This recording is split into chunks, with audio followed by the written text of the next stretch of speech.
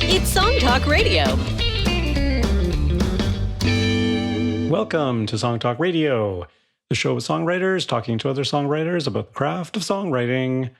We share tips, tools, and techniques, and together we all become better at writing songs.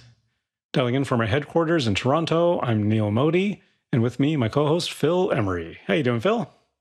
Calling in from St. John's, Newfoundland. I'm doing pretty good, even though we had insane winds, but nothing blew off the house. So, but pretty good. That's good to know. Yes. And getting excited for Christmas time because it's almost a month to Christmas, believe it or not. It is almost time. Yeah, it's creeping up very, very quickly. Before you know it, it'll be tomorrow. Yeah, in a few hours, in fact. But the weather's cooperating with that, so there's always that. Okay. For everyone else, please send your comments and questions to Song Talk Radio on Facebook or Instagram. Feedback at songtalk.ca for the email, and we'll share your thoughts on the show. And please visit songtalk.ca to see the show post for this episode, to find links to resources we mention, and to download lyric and chord sheets to follow along with the songs that we feature. Tonight, just in the family, we're happy to be continuing the episodes for our songwriting challenge for 2025, which is to write a song in an odd time signature. And tonight, we're just going to be taking a listen to Phil's answer to the challenge. But before we get to that, in case you guys haven't heard, the number one song, and even number one is kind of like which chart? Well, that's true too. so the number one country song on the digital charts or streaming charts or whatever, it's going a little bit viral right now because it is an AI generated song. That's the number one country song this week is an AI generated song. So the end is nigh. That's it. That's it. We're done. Now, I actually haven't listened to it. Neil, have you listened to it? I've listened to. I watched the Rick Beato video where he's old man yelling at clouds about this, and he's not that much older than me. No, but he did play a little bit of it, and to be honest, I did start to wonder, if Rick Beato hadn't heard that this song was AI, what would he think of it? Because it did sound pretty convincing to me. He joked about how the singer must have smoked, a pack a day of digital cigarettes to get that raspy voice, kind of thing. But and of course he criticized the overly simplistic, inane lyric. But it's like, humans write overly simplistic inane lyrics too. So. That's true. I mean, I have never had my head checked by a jumbo jet, and yeah. Nor have I ever found a champagne supernova in the sky. So yes, it's because you're looking down. It's not good that it's number one. I should listen to it. I'm not sure if that is an indictment of AI or if that is an indictment to perhaps somewhat formulaic music that has come out in the last 10 years as music as labels have been bought out by multinationals and huge corporations. So I don't know. Quincy Jones said the worst part about the music industry is that the people in charge don't really know what a C note is. They hear a C note, They think it's $500. So I think that might be true. But I should listen to it, and hopefully not everything will be AI on the charts. But maybe we have to start looking at what charts actually mean. Yeah, and then Rick Beato does raise that question as well. It's like what it's not on the Billboard charts, which are traditionally was the only chart pretty much. But every local radio station has their own chart, and CBC has its own charts, and everybody has their own charts. So who knows? Spotify has its own top 10, this, that, and the other. Like everyone's got their own thing. So what does that even mean? But the biggest takeaway, especially Rick Beato even talks about this as well, is about proper labeling, right? Like how do we hold the the distributors and the playback systems, Spotify, et cetera, accountable and say, you know, maybe there is a chart for AI songs, you know, and maybe there, you know, every song that's AI should be labeled, you know, #1 AI artist kind of thing, right? And just That to would make be it clear. fair, yeah. Yeah, because it's like people have a right to know what they're listening to, right? And then they can make their own decision whether they like it or don't like it because of that or whatever. Like they can. Yeah, I mean, I'm not sure how many know. people would pay attention to it, but I think it should be. There's no reason to not label it.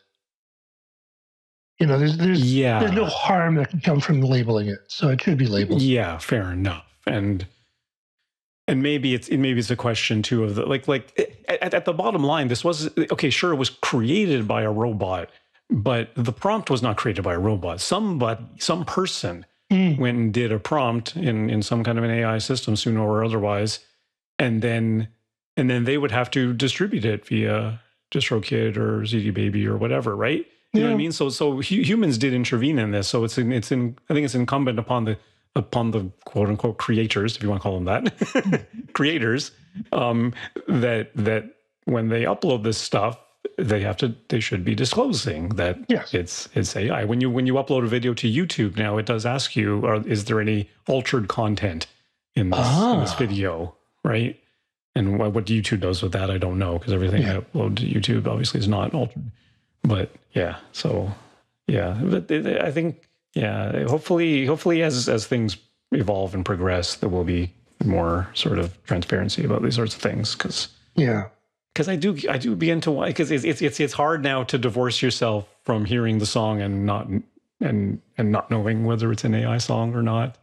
Yeah, well, then that's the whole thing about, you know, pitch correction is, you know, when you hear some of the songs back from the 70s and you hear the isolated vocals, some of them are amazing.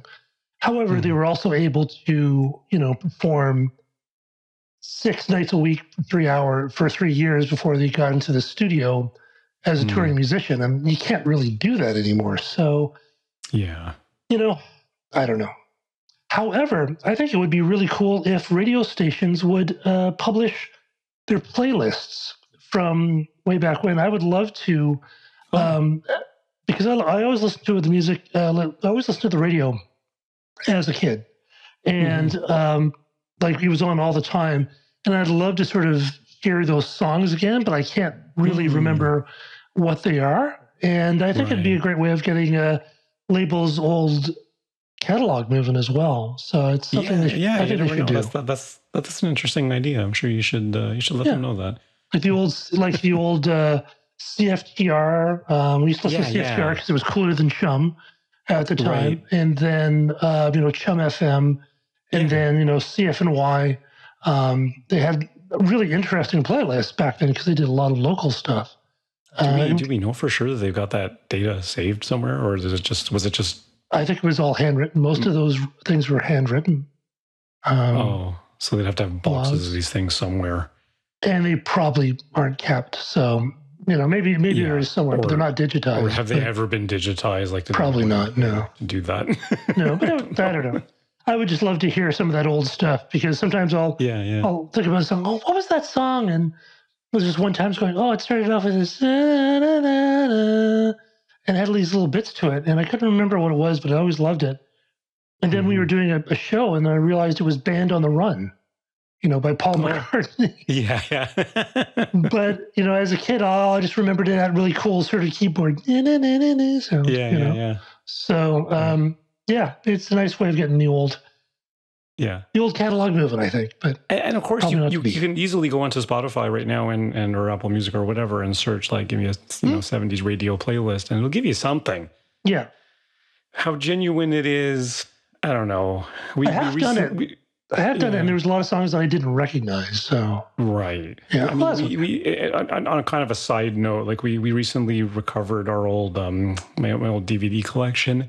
Oh, cool. It was in storage. We weren't sure where it was in storage, whether it was in a storage bin or in my mom's place in the basement or something. I recently recovered it, and I'm flipping through these. Everything's in binders, like discs are in binders. And I'm flipping through these things and go, there's so much of this stuff that is not on streaming. Yeah, no, of course not. It's not on Netflix. It's not on Apple. It's not like there's so many, these old indie movies from the 90s and stuff like that I have on disc and nowhere to be found on streaming. And you own them, and you can watch them anytime you want. And I can watch them anytime I want. Yeah, there's something to be said about that. Yeah. So anyway, all right. Okay. So your songwriting challenge, Phil. Yes. You want to talk about how you started it and how it evolved for you? Yes. So, who was the horrible, horrible person who came up with this challenge? What a terrible and evil thing to do. So evil Emery. That's who it was. Yes, that was me. So I knew this was going to be a challenge, and it was. So I've written lots of songs, but I've never really written anything, even in anything other than 4/4. I think I may have done a couple of things in 3/4, but I've never done anything in like 6/8 or any of those kinds of things. You've never done a 6/8 song? You must have done a 6/8 song. I think so. Okay. Not as far as I know. But I've never actually done a lot of stuff knowingly in odd time signatures. So I knew it was going to be a challenge, and it was a challenge on a whole bunch of levels that I didn't expect. Oh. So, what did you expect? Well, I knew it was going to be hard, but I had no idea how all the things I would sort of run into because I just never experienced it. But it was a great learning experience for me. It was a great thing that we did when we did that show on odd time signatures. It really did help me a lot in terms of understanding how they work. And because of that, I chose that most of my song would be in 7/8. No, sorry, 7/4, because I could understand that. It's a bar of 4/4 and a bar of 3/4, or a bar of 3/4 and a bar of 4/4. So I could understand that division pretty easily, I think. Right. And then, so the next thing I did is, because I tried counting off, the 7/4 in my head and playing, and that didn't really work very well. So I got out my DAW of choice, which is Cubase, and I did a loop of 4/4 and a loop of 3/4. And I actually set up the project to be in 7/4. So I've used the time signature track, which I had never used before. And so I started off in 7/4. So I made a bar, and the first 4 beats of that were just like a normal 4/4 drum beat. And then I added a 3/4 drum beat after that. And I played with that for a while, and I just listened to the drums on that. And it was very simple hi-hat, bass drum, and snare. I listened to that for a while, and I thought, okay. And I started trying to play chords on top of that drum beat. And that was a real challenge, because when I was playing, I was always late on the 1. Yeah. Because it sort of jumps to the 1 sort of unusually. And sort of I would do it, but it was always kind of rushed, and it never felt kind of natural. So the only way I could figure out to do that is actually playing just simple chords on the 1 of the bar of 4/4 and the 1 of the bar of 3/4. So each bar would have 2 chords, and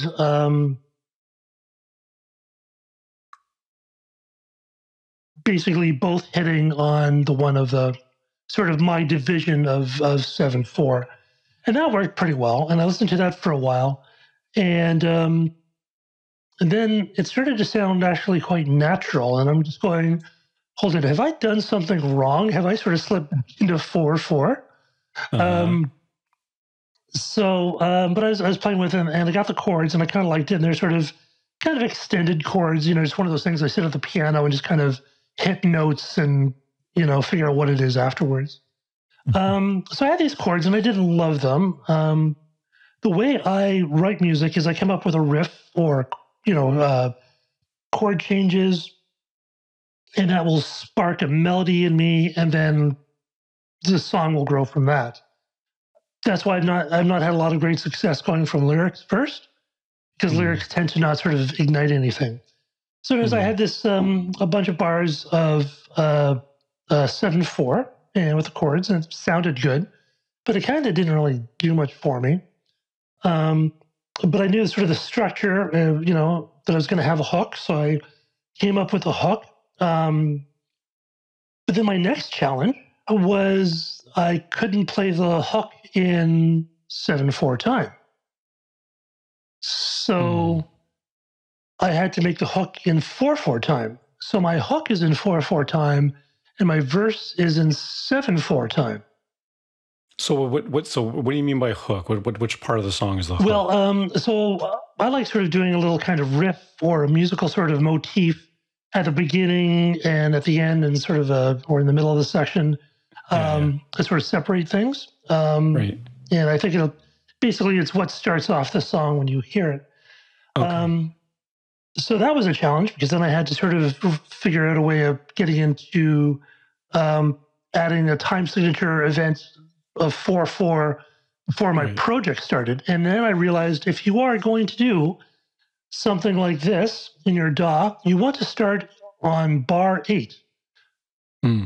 So don't start on bar 1, because then you have to add time beforehand, and that can make everything go really screwy. Right. So that was a real challenge.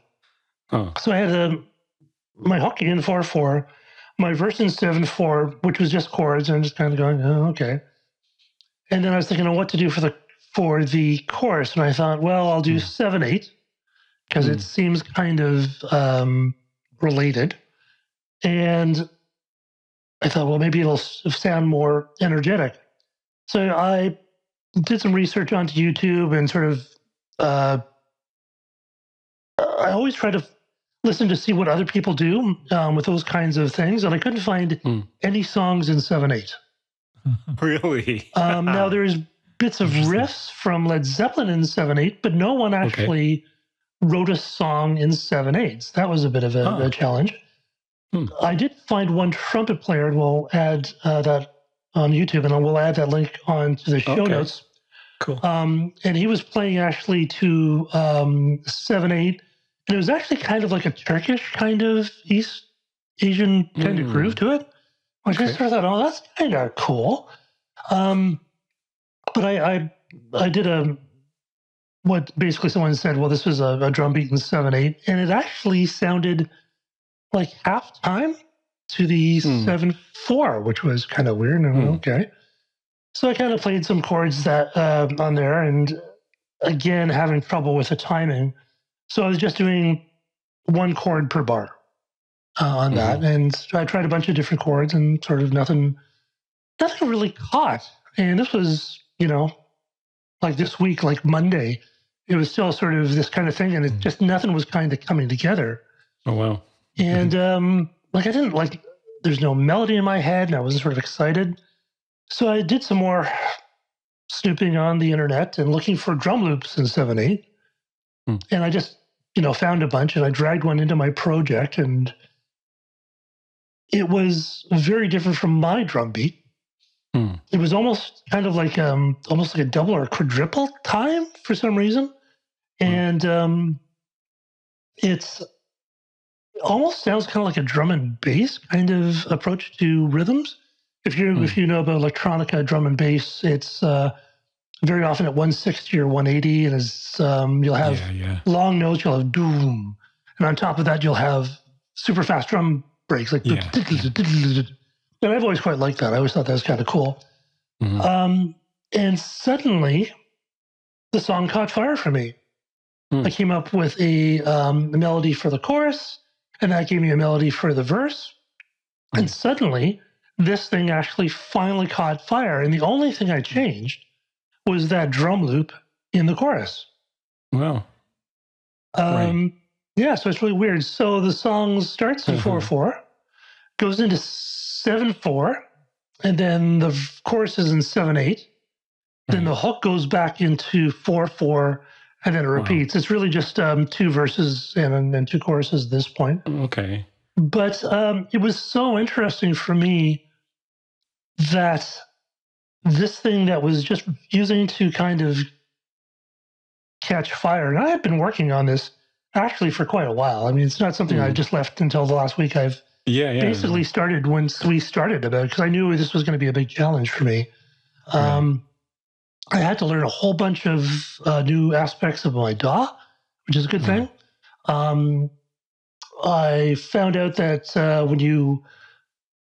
if you're different tracks, like I used a chord track and then I used a time signature track, and if they're not set in the proper kind of format, that if you change the tempo, everything goes screwy. Oh boy. And then trying to put stuff before, like adding the 4/4 in front of that and then getting a count in, because it starts off with the bass was sort of a challenge. So it was really a challenge. But lyrics are pretty throwaway. I just kind of came up with the way I do it is I come up with my melody and I kind of sing a bunch of nonsense words, and I kind of got some words that kind of make sense, and then I put them together, but they're not really sort of deep, meaningful lyrics. Because for me, this is my my marathon. It wasn't my goal wasn't to break a world record. My goal was to finish. Right. And I think I finished something. So right. Fair enough. Yeah. So do you want to take a listen to it?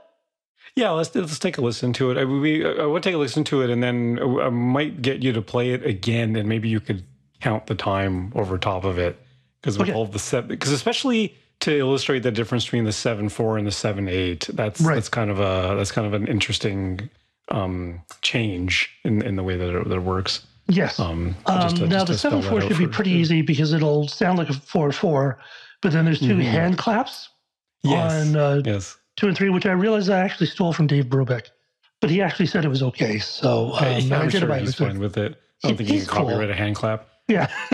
Maybe two. You can maybe copyright two, but you can't. Well, that's true. Okay. Well, let the lawyers figure it out. Okay, here we go.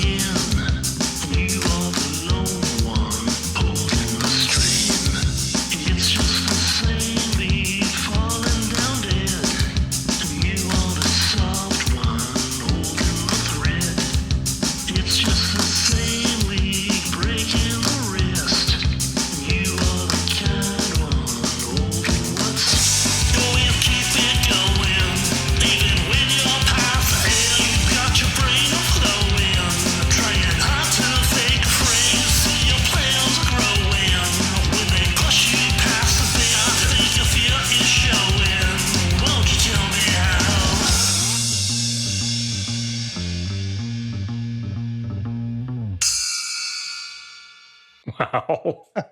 That is so cool. That's pretty funky. Yeah. Yeah. So I'm glad that I got it to sound sort of somewhat kind of rocky. That's what I wanted to do. But yeah, for sure. Yeah. And it just sounds somewhat cohesive. Like the parts are fitting together quite nice. Yeah. You're right. You're right. The verse is quite easy to follow. Boom, jack, boom, jack, boom, jack, jack, boom, jack, boom, jack, boom, jack, jack, right? Yeah. When you hit the chorus, I admit I do kind of, because your 7/4 verse is actually pretty up tempo. Yeah. Right. Like it's like over 120, I think. Like it's it's like 126 fast. Or something. Yeah. Yeah. Right. And then to go to a 7/8, then you're like, if it's 1, 2, 3, 4, 5, 6, 7, 1, 2, 3, 4, 5, 6, 7 in the 4, then you're looking at 1, 2, 3, 4, 5, 6, 7, 1, 2, 3, 4, 5, 6, 7. Yeah. Like it's really, really fast. Which is what I thought was going to happen. But when I first did my first beat, which I did do, like, one bar, it sounded halftime. Mm-hmm. So it was just this weird kind of change. But yeah, it is twice as fast because you're actually counting in eighths. Yeah. Which does give that chorus this kind of really wicked, like driving. Yeah. There's even like a double kick thing happening in there and everything. Like it's pretty wild. But I think your melody in the chorus is still kind of on a quarter note ish. Yes. Thing, right? So you're not spitting out like this super fast melody. Well, maybe because I don't think I could actually do that.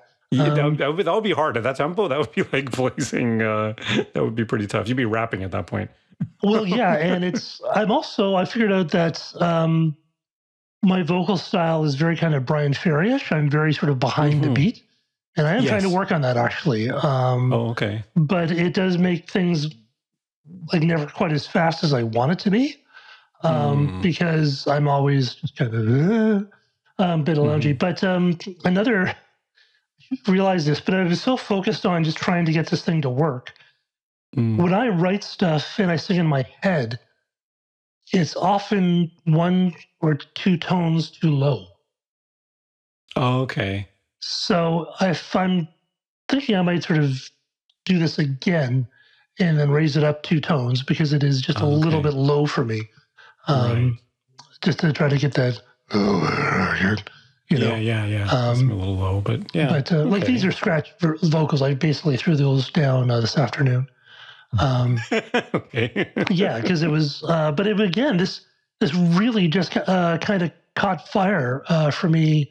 Like a couple days yesterday. Ago.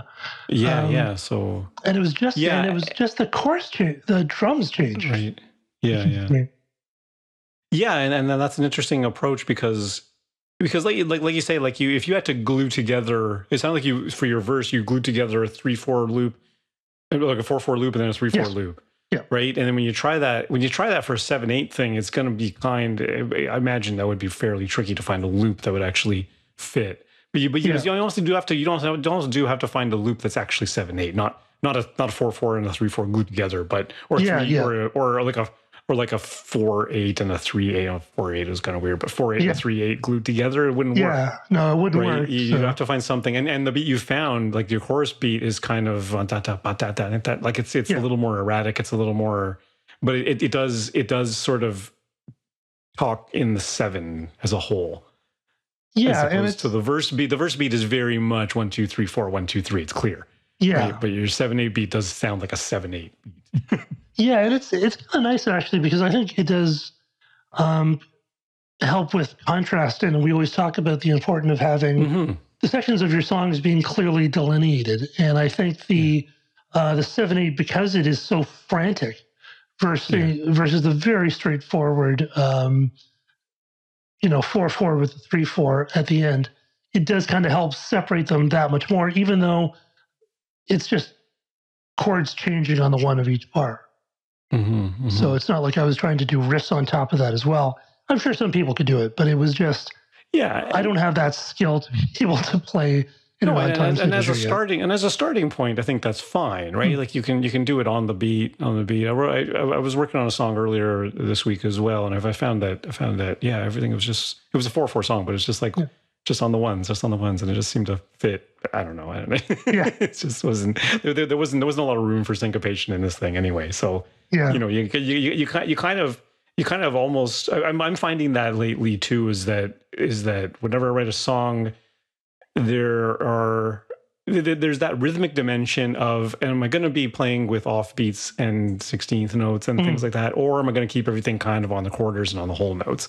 Right. And then I follow through with that for the whole song, and it's like I'm speaking that language for the whole song, and as well harmonically, am I just doing majors and minors, or am I doing, extended chords, sevenths and ninths and things like that? And I'll keep that, consistent for pretty much the duration of the song, even if some of it is flips the other way or whatever, But I find that I've been finding that more lately, last couple of years, that every song I write kind of has that kind of consistency of the feel of the language it's speaking, right? So I think that's perfectly fine for a first stab at this, especially with the rhythmic challenges of this challenge. Obviously, it is a rhythmic challenge. Just staying on the ones is probably a good way to sort of address it at first. If I was, if I had played a lot of jazz, I think it might be a bit different because, a lot of jazz music is playing in more unusual, time signatures, at least 5/4 or something. Something I realized, though, is my melody doesn't start until the first 3/4 bar. It goes boom, boom, da da da da. Oh yeah, okay, da da. Yeah, it's kind of a pickup into the next bar almost. Yeah, which is kind of weird because I was. Because you have the sort of the hook intro, and then you have very often you'd have like a hook, and then you'd have maybe a couple of bars of vamping. But what I did is it was completely organic. I did the melody, but when I was looking at the melody, I'm just going, oh yeah, it doesn't actually start to the basically until the 3. Yeah. Well, it until the doesn't 3/4 part, so be beat 4 of the 7, really. 5 or 5. Yeah, beat 5. 5, 6, 7, 5, 6, 7, 1. Yeah. But I think that also makes the melody kind of sit on top of the loops a bit different as well. Yeah, for sure. Do, do, do, do, do, do, do. But and of course I did use the A-B structure of the melody, that do do do do do do do do do do do do do do do do. Yes. Yes. Yeah. Which is a great way to do it, right? Like, call and response to a certain extent. Yeah. Very cool. Very cool. So if you get to rewriting the lyric and putting a more meaningful thing in there, and you don't have a bridge, which is perfectly fine too. Like it's kind of a short song. In fact, it's like this is really just sort of a demo sketch. It's a sketch. Because I was basically trying to get I was trying to get anything, really, was my goal. And, but I think I will kind of play around with it and, raise it up a couple of tones and, see what I could do for a bridge. But of course,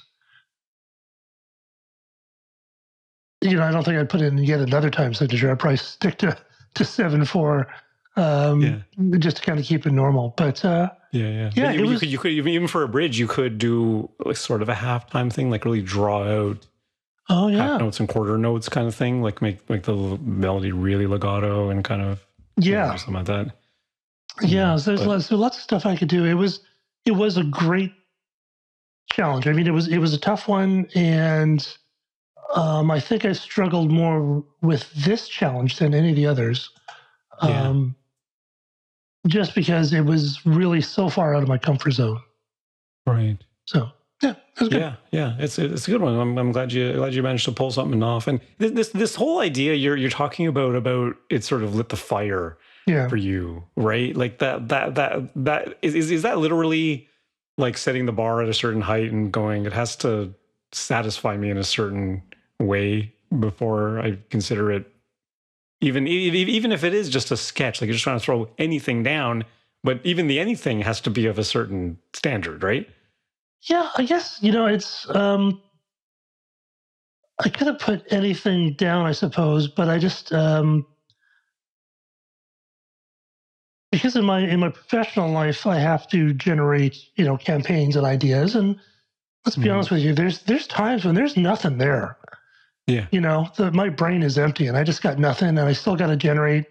And I generate stuff that's effective, but I don't love it. And I think maybe with music, I kind of don't want to have to do that. That's the one part of my life where I don't have to say, well, I don't have any more time and I have to deliver something. This is what it's going to be. Right. Because it's because it's so much fun. I enjoy it so much once that fire is hit. That's really important. Whereas it would be hard for me just to to phone something in because especially for lyrics, because lyrics is so much not my wheelhouse that even to get something nonsense, it needs to be somewhat interesting. So it's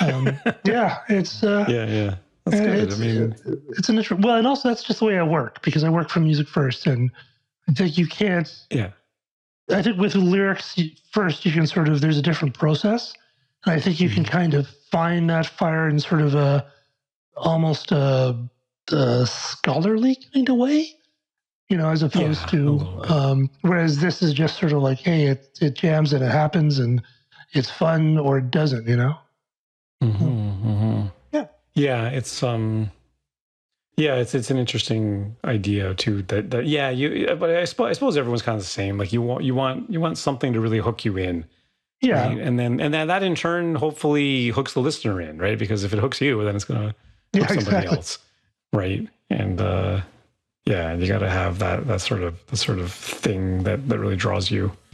I do find that writing lyrics first, my songs that I write lyrics first aren't necessarily as musically interesting as I would like them to be. Oh, okay. Yeah. Because then I keep the lyrics I keep the music pretty simple. Just let the lyric drive the thing. So yeah. No, it's all, and all these challenges are about forcing you to do things you don't normally do and to stretch. And this definitely did it for me. So awesome. Yeah. I'm really glad. Yeah. Congratulations. It's great. Yeah, good fun. Yeah, and I think for everybody on this challenge, I feel like it must have stretched people in different ways. Even for me, I'm very well experienced on time signature music. I even stretched in different ways that I never have before on this one.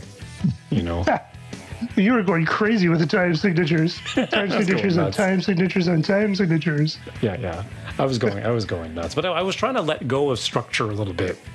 Yeah. I think I did that. I think I've been doing that. Yeah. No, it's really fun. But yeah, it's cool. Yeah. All righty. Perfect.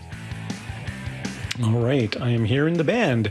I think that's all the time we have on Song Talk Radio. Special thanks to you, Phil, for pulling off the challenge. Good job. Thank you, Neil. And special thanks to both of us for hosting this challenge and doing it. That's true. But we've got some more listener challenges coming up. Yes, we do have at least one more episode of listener songs that are queued up. So if you didn't hear yours in last week's episode, be sure to tune in for next week's episode. We'll be featuring those songs, and some of them are really good, actually. Oh, we have one that's just like, what the hell? Yeah, it's just great. Okay, we want to hear from you too, so please send your comments on Facebook or Instagram to @SongTalkRadio, or send us an email, feedback@songtalk.ca. And be sure to check out our YouTube channel for live performance videos and full episodes. And subscribe today to the Song Talk Radio podcast on your favorite podcast provider. And please support us at our Patreon page. You can visit songtalk.ca/support. Thank you to everyone who's supported us so far. You can find links to all the products, books, and web services we mentioned on Song Talk Radio on our resources page on the website. And please join us at our next monthly Song Talk meetup. If you're in Toronto for our in-person meetups, or anywhere in the world for our online meetups, it's free to join on Eventbrite and free to attend the meetups. Bring a song and a lyric sheet and get constructive feedback from other songwriters. Stop by songtalk.ca for the link. You can follow me at neilmodi.com. You can follow Phil, phillemery.ca. And be sure to stop by the website, songtalk.ca, to browse past shows and find out how you can be a guest. Thanks for tuning in, and keep on writing. Rock and roll, everyone.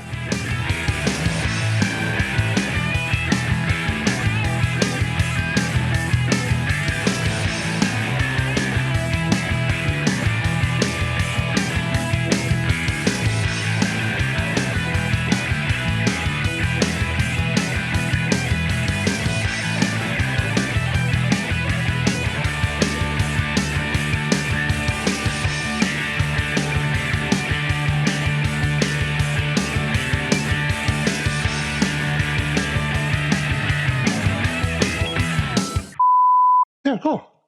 Awesome. That was great. Yeah. So it's a fun one too. Yeah. Really, really interesting process, and really. Oh, yeah. Yeah. Super, super fun. But man, it was so hard trying to play to 7/4, because it was just. Oh my God. Like I had to sort of do it while like watching the screen well, so that the thing would come up, and I had like the metronome on, and then I tried changing the tempo, and then all the chords and all the stuff were screwed up because they like Oh my God. you place these time signature events in the timeline. Yeah. And I guess I had one in either like linear mode or musical mode or one. And so when I changed the tempo, because I made it just a little bit faster, not much, like 4 BPM, everything kind of moved, like kind of went all screwy because this moved, but then that didn't move, and it was. I've never tried that in an odd time signature song. Is change the tempo. I have inserted, like you can insert time in the beginning, or like you say, if you want to put a new intro or something like that. Yeah. I never start songs on bar 1. There's just no point. Yeah, I usually start at least bar 5, often bar 9, sometimes bar 17. One export I had, I started. Well, actually, I had a sketch of the song at the beginning, and then my next version, I just like forwarded in time and started at like measure 37 or something. That's a good idea, And that's where it stayed. Yeah. Right. So my export was Might as well, yeah. 3 minutes silence before that sort of thing. But it's fine. So I learned. Yeah, I learned a whole bunch of stuff about my DAW. And that's good. That's good. And all these DAWs are capable of doing that. It's just you just gotta make sure you use it. And the thing is, I probably wouldn't have used it if it wasn't for this. This challenge. Or someone hired me to do something and I had to do it because I wouldn't. Right. I just don't normally do time signatures. It's just not the way I think. So yeah. Oh, maybe it'll become another tool in your toolbox, and you can visit it another time. Yeah. Why not have a little bit better? Throw in 174 bar in a 4/4 song just for the hell of it. Just for the. We see now I could, because I think now I have a sense of how they work. Yes. Whereas before I sort of just kind of went, okay, Yeah. What does that even mean? Yeah. Right on. All right. Okay. Great stuff, man. Yeah, I will do the editing on the weekend, and as per usual. Okay, sounds good, man. Who's hosting the next meetup is online, right? Next meetup's online. It's on. Is it this Monday? This month is just blasting by. It is on Monday. For some reason, I have it in my calendar for 6 a.m., but that's not right. We want to get more people from Australia. Yeah, that would do it. That would do it. So 7 o'clock on Monday evening. Are you doing that, or am I doing that? I can. I'm free. I could do it. Okay. Yeah. Good. I'll see. Actually, I wouldn't mind bringing my revised songwriting challenge song. Yeah. Let's see. Yeah, I'm actually interested in hearing the differences. It'll be fun. Yeah, it was an interesting process, and kind of different. I've been going hacking away at the lyric more. I'm actually getting feedback from Paul Gallagher on the lyrics, cool. and he sent me 2. I've given him 2 revisions, and he sent me back 2 emails with suggestions for changes. Not taking all of them, but he has some good ideas for sure. That's a great idea. Mm-hmm. Alrighty. Cool, man. Well, yeah, we'll look into the website, the Edge stuff, and get back to you on tomorrow. Yeah, and let me just give me a login for one of the other sites, random whatever, and I can see if it works. I'll let you know. Cool. Yeah, maybe there's some caching thing or something. Yeah, well, again, because then you'll know if it's our particular website, or if it's something on your server level. Yeah. Okay. Yeah. Okay. We'll take a look at that. All right. Sounds good, man. All right. Take care. Bye. All right. Have a good one. Cheers.